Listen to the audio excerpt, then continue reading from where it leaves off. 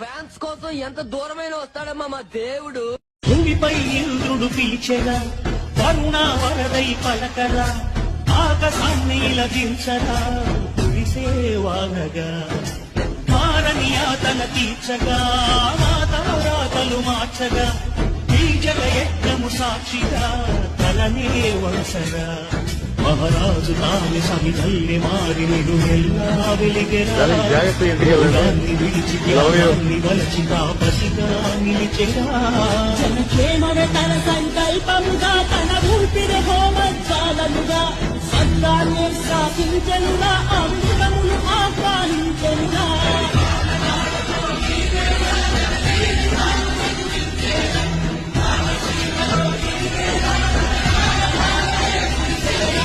కల్లు కల్లు